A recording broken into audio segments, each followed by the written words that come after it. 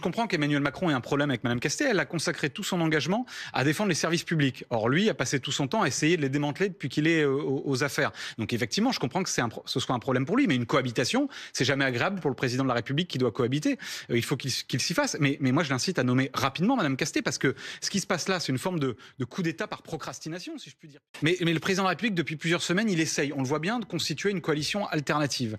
Il essaye finalement de refaire ce qu'a été le macronisme depuis 2017. Vous savez, on prend des gens qui viennent de partout, Madame Dati, Monsieur Dussopt, voilà, qui se réunissent sur la simple volonté d'exercer le pouvoir ensemble, mais qui n'ont pas de cohérence idéologique et qui, au final, d'ailleurs, on l'a rappelé avec la loi immigration, avec la réforme des retraites, mènent une politique très à droite. Mais enfin, il n'y a pas de raison qu'Emmanuel Macron réussisse maintenant, en 2024, ce qu'il a échoué à faire depuis 2022. Et en 2022, il avait une majorité relative. C'était pas si compliqué que ça, en vrai, de l'élargir, notamment avec la droite. Il n'a pas réussi à le faire. Comment voulez-vous qu'il arrive à le faire là maintenant, alors que les macronistes ont sévèrement perdu l'élection législative? Alors, vous l'avez dit, le temps presse, effectivement, on va peut-être pas attendre la fin des Jeux paralympiques. Alors, qu'est-ce que vous allez proposer? Peut-être une nouvelle personnalité à gauche pour remplacer Lucie Castet, si jamais elle n'est pas choisie, ou non? Vous allez rester sur ce choix? Nous avons une candidate qui est Lucie Castet, et je comprends qu'Emmanuel Macron ait un problème avec Mme Castet. Elle a consacré tout son engagement à défendre les services publics. Or, lui a passé tout son temps à essayer de les démanteler depuis qu'il est aux affaires. Donc, effectivement, je comprends que ce soit un problème pour lui. Mais une cohabitation, c'est jamais agréable pour le président de la République qui doit cohabiter.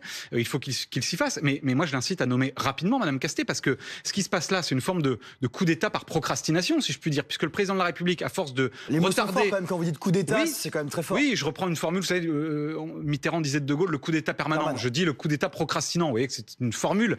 Mais il y a quand même un peu de ça, parce que, pardon, mais pendant que le président de la République tergiverse, pendant qu'il retarde l'échéance de la nomination de Mme Castet à Matignon, il continue à accaparer, à exercer les pouvoirs que les Françaises et les Français lui ont repris le 7 juillet. Quand le camp présidentiel est mis largement en minorité à l'Assemblée nationale, quand il perd les élections, le message des Français, c'est le peuple qui est souverain. Je sais qu'on est aujourd'hui dans la date anniversaire de Napoléon, mais enfin, on va pas créer le troisième empire pour faire plaisir à M. Macron. C'est le peuple souverain qui a décidé qu'il fallait tourner la page du macronisme et ouvrir une période de cohabitation. Et donc, M. Macron ne peut pas continuer, mais à nommer un commissaire européen, à préparer un budget d'austérité, à organiser des dérogations au droit du travail. Enfin, il continue à exercer les pouvoirs avec un gouvernement qui n'a de démissionnaire que le nom, puisqu'il continue à exercer l'ensemble de ses charges et à communiquer comme tel. Oui, enfin, on n'a pas beaucoup vu ça quand il prépare un budget, qu'il nomme un commissaire européen. Oui, mais dans les faits, vous savez très bien qu'ils n'ont pas les mêmes prérogatives qu'ils n'avaient avant. D'un point de vue législatif. De choses, quand le ministre des Affaires étrangères porte encore la parole de la France ces jours-ci au Moyen-Orient. Bref, on voit bien qu'il y a là une petite difficulté entre ce qui a été dit avec la démission du gouvernement et la réalité du pouvoir. Mais ça, c'est grave.